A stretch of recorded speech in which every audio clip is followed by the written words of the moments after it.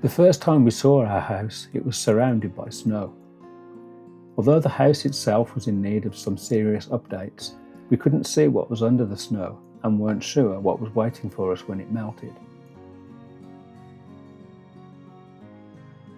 Our house was built in 1925, before the rest of the subdivision was developed, so we're the only corner house that faces east and west. We enjoyed beautiful sunlight most of the day and could see that we'd have a view of our entire backyard from our kitchen and family room. As lifelong gardeners, we've learned to think about what you'd like to look at when you stand at your windows. And over time, as you'll see, we've changed and enhanced our view. We're going to show you the first few years in our garden in this video, so that you can see how the transformation began. Before we could do anything in the backyard, we knew we had to get rid of the British red 2-ton cast iron core box sitting directly in our view from the family room. After the closing, when the previous owners hadn't removed it prior to us taking possession, we decided to sell it to pay for serious plumbing issues. It ended up at a pub in New Jersey, and we're sure they appreciated it more than us. So, where do you start when you're faced with a rectangle of grass filled with creeping Charlie, a 60-foot bed filled mostly with weeds, invasive perennials and a few tulips? We knew we wanted to provide sanctuary for birds and pollinators, so we began by eliminating most of the grass, expanding the long bed against the fence and creating new beds. The fence bed contained some of our favourite perennials like purple coneflowers and Shasta daisies that we hoped to keep, so we did our best to begin removing invasive orange daylilies and buckthorn seedlings. Our neighbours to the south had planted a forsythia hedge right on the lot line years ago. We decided to leave the hedge and create a large bed in front of the shrubs. We were able to remove all the grass ourselves during weekends since we both worked full-time. We didn't have the time or equipment to tackle all of the hardscaping projects, so we hired a landscaper who installed a brick patio, created a raised bed outside the back entry, and installed a flagstone path lined with brick from our back door to the garage so that we wouldn't have to walk through the grass or use the sidewalk. We began thinking about which trees, shrubs and perennials we'd like to plant in our newly designed beds and asked our landscaper to plant an eastern redbud and serviceberry, our first 2 new trees. Over the next 20 years, we would eventually plant a total of 37 trees.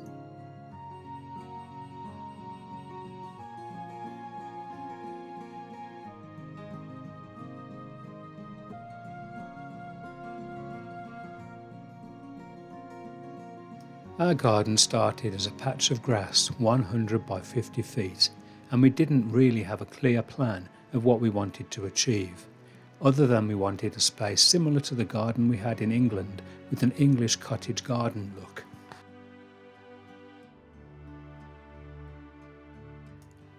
The hardscaping we did dictated the initial shape and layout of the space, with a flagstone path, a raised bed and a brick patio. Looking at our garden today, there have been 5 factors that have contributed to its design. The need for privacy, making the space seem larger, use of vertical space, welcoming others, and making the space livable. We needed to establish some degree of privacy, particularly along the shared lot line, as we could see right into our neighbour's driveway and garage. We started by planting a row of arborvitae evergreen trees along the lot line, and we eventually erected a fence. Although it wasn't planned, we have since realised that a lot of what we have done in our 50-foot wide lot has made our garden seem larger. And over the years, many visitors have commented on this. One of the ways we have achieved this is through the use of curved beds that cut into the lawn. These eventually became separate garden rooms.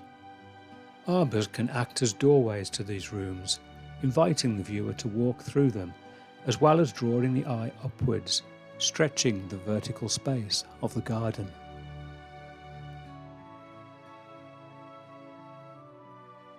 Other ways of achieving this effect include the use of trellis and other garden features, to grow clematis, for example.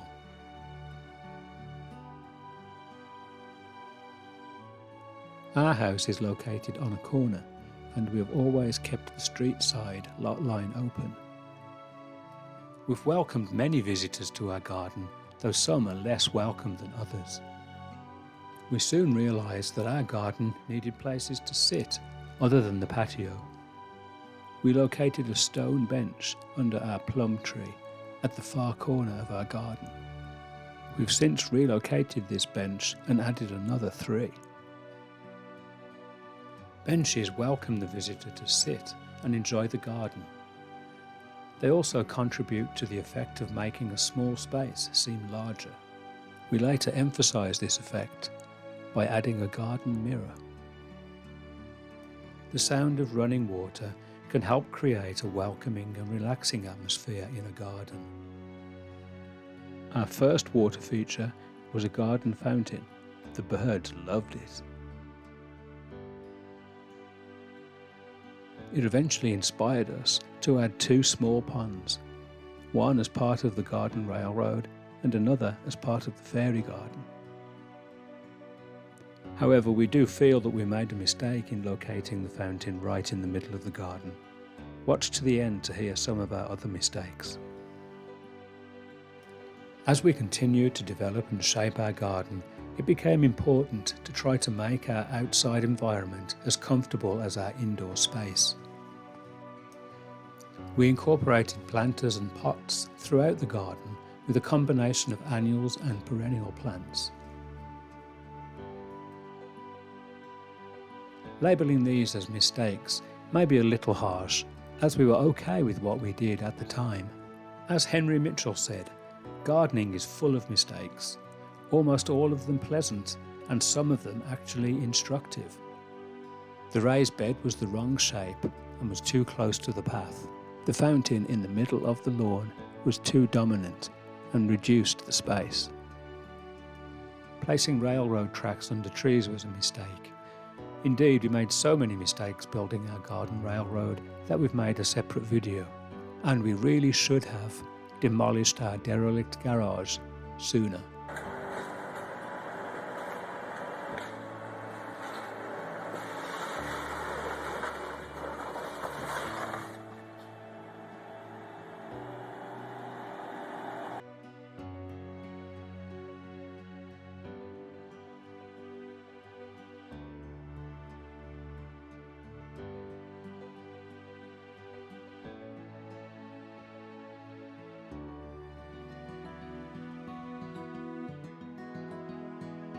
The demolition of our old garage and rebuilding the new one really motivated us to rethink our garden space.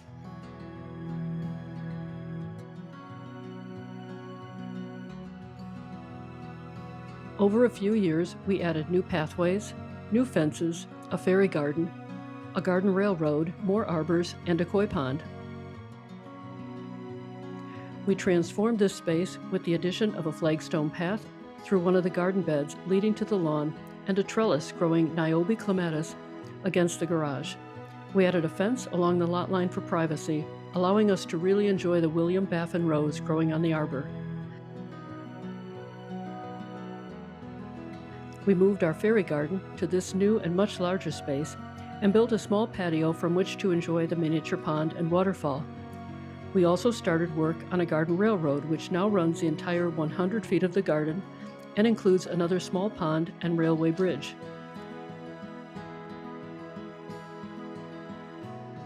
Our garden now was looking much more like what we had envisioned, with curved beds and pathways.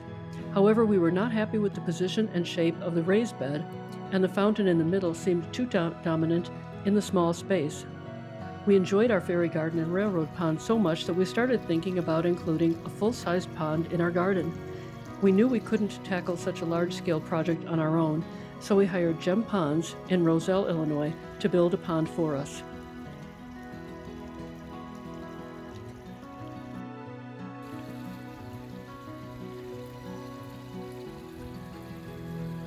After talking with our pond builder, we agreed that the raised bed was in the right location and roughly the right size and shape for a pond. Since the redbud tree that we had planted in the raised bed was dying, it wasn't a difficult decision to remove it. Before the pond building crew arrived, we moved all the perennials and shrubs from the raised bed into other spots in the new garden beds.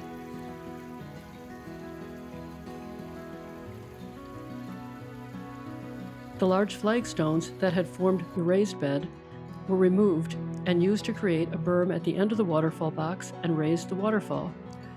The pond was dug to a depth of 2 feet in the center, with shelves dug to form the sides. A rubber pond liner was placed into the dug shape and rocks added to form the sides of the waterfall. It was really exciting to turn on the pump and see and hear the waterfall for the first time.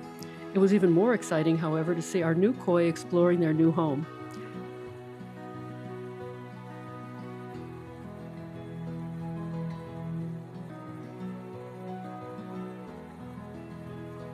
Maintaining and caring for our pond and our fish has given us so much satisfaction and joy over the years.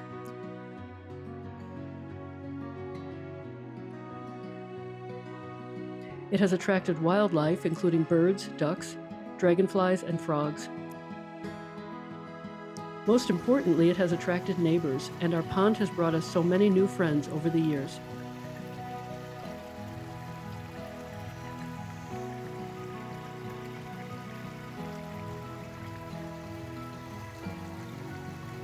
We soon realized we had a responsibility to protect our fish from predators, including the great blue heron.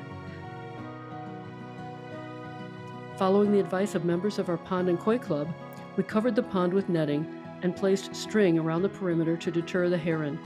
We later learned that these precautions weren't necessary due to the way the sides of the pond were built, making it difficult for the heron to simply wade into the pond. To meet requirements of our village, the pond could not be any deeper than 2 feet. This meant that we needed a way to prevent the pond from freezing over in the winter. Members of our pond and koi club provided a service where they would erect a greenhouse over the pond. Covered in plastic, it provided an environment that was more than 20 degrees warmer than the outside environment, and the pond never iced over, protecting our fish. This was plainly not convenient, so we added additional fencing and gates to comply with village requirements and decided to make the pond deeper and larger so that it would not need to be covered in the winter. The more than 20-year transformation of our garden was completed with the addition of 2 major projects. First, we significantly expanded our koi pond by making it deeper and larger. We also completely redesigned our 100-foot-long bed by developing the space into additional garden rooms. Before the work could be started on expanding the pond, the fish had to be removed and kept in temporary tanks in our garage for more than a week. Then the work began by dismantling the pond, relocating the waterfall box, and adding a second, smaller pond covered by a bridge. The smaller pond was connected to the larger pond by a plastic culvert which supported a flagstone pathway running across and between the 2 ponds. Several tons of stone and rock were hauled in to build the new pond. Rubber liner lined both ponds before rocks were brought in to build the underlying structure. After the pond was filled with water and the main waterfall and 2 additional waterfalls tested, work began on building the flagstone path over and between the ponds. The result was wonderful. Seeing the fish move freely between the ponds was quite exciting.